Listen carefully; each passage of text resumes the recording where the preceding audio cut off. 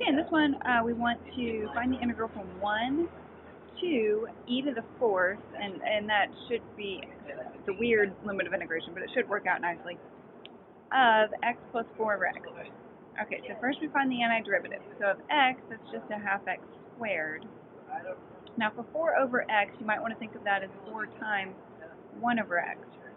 Okay, so the 4 just hangs out front, and then the antiderivative of 1 over x is the natural log of the absolute value of x. Okay, we're going to evaluate that from 1 to e to the fourth. So we plug in and subtract. So my upper limit of integration is a half times e to the fourth squared plus 4 times the natural log of the absolute value of e to the fourth minus, plug in 1. Well, 1 squared is 1, so my first term is just a half. And notice I did put a parenthesis there for subtracting, so I'm keeping this plus sign instead of distributing the negative. Then right here, we'll have 4 times the natural log of the absolute value of 1 is just 1, so let's just write 1. Okay. This was like scratch work off to the side. Right there.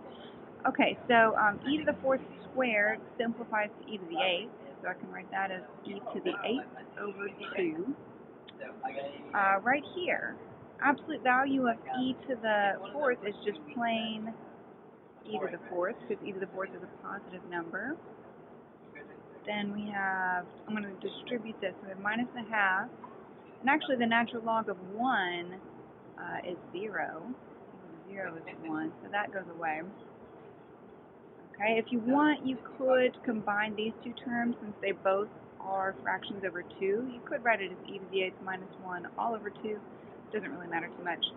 On this term, though, we need to simplify. So the natural log of e to the 4 simplifies to just 4, because e to the fourth is e to the 4.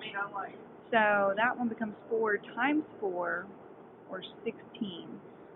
I think that's a good way to enter the answer right there. So let's jump over to my math lab. So e to the eighth minus 1, just type exact answer in terms of e. So we're not rounding here. So e to the eighth minus 1 over 2. And then plus 16 out on the side there.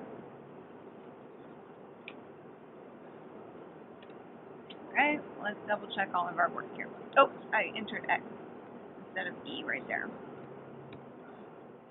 Let's try that again. There we go.